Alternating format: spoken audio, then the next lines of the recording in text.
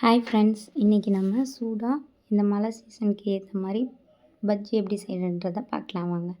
நான் வந்து இதுக்கு instant bajji bonda mix powder கடையில் விற்கும் அது வாங்கியிருந்தேன். அது ஒரு பேக்கெட்டுக்கு 150 ml வாட்டர் ஆட் பண்ணி நல்லா திக்கான பேட்டராக ப்ரிப்பேர் பண்ணி குடமிளகால வந்து விதையெல்லாம் எடுத்துட்டு ஆஃபாக கட் பண்ணி நான் இந்த மாதிரி பஜ்ஜி மாதிரி போட்டு எடுத்தேன். இந்த டேஸ்ட் ரொம்பவே நல்லா இருந்தது. அதுக்கப்புறமேட்டுக்கு ஆனியன் போட்டு பார்க்கலான்னு சொல்லிட்டு ஆனியன் பஜ்ஜி ட்ரை பண்ணேன். அதுவுமே ரொம்ப சூப்பராக வந்துருந்துச்சு. அப்புறமேட்டுக்கு வெங்காயம் போண்டா ட்ரை பண்ணலான்னு சொல்லிட்டு அதுவுமே அதே பேட்டர்லேயே ட்ரை பண்ணியிருந்தேன்.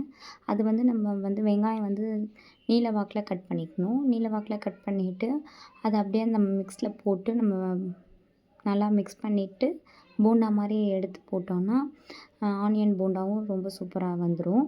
நீங்களும் ட்ரை பண்ணி பாருங்கள். ட்ரை பண்ணி பார்த்துட்டு எப்படி இருந்துச்சுன்றதை கமெண்ட்டில் சொல்லுங்கள். Thank you friends. இந்த பேட்டர் நீங்கள் ப்ரிப்பேர் பண்ணும்போது கொஞ்சம் திக்காக ப்ரிப்பேர் பண்ணிக்கோங்க.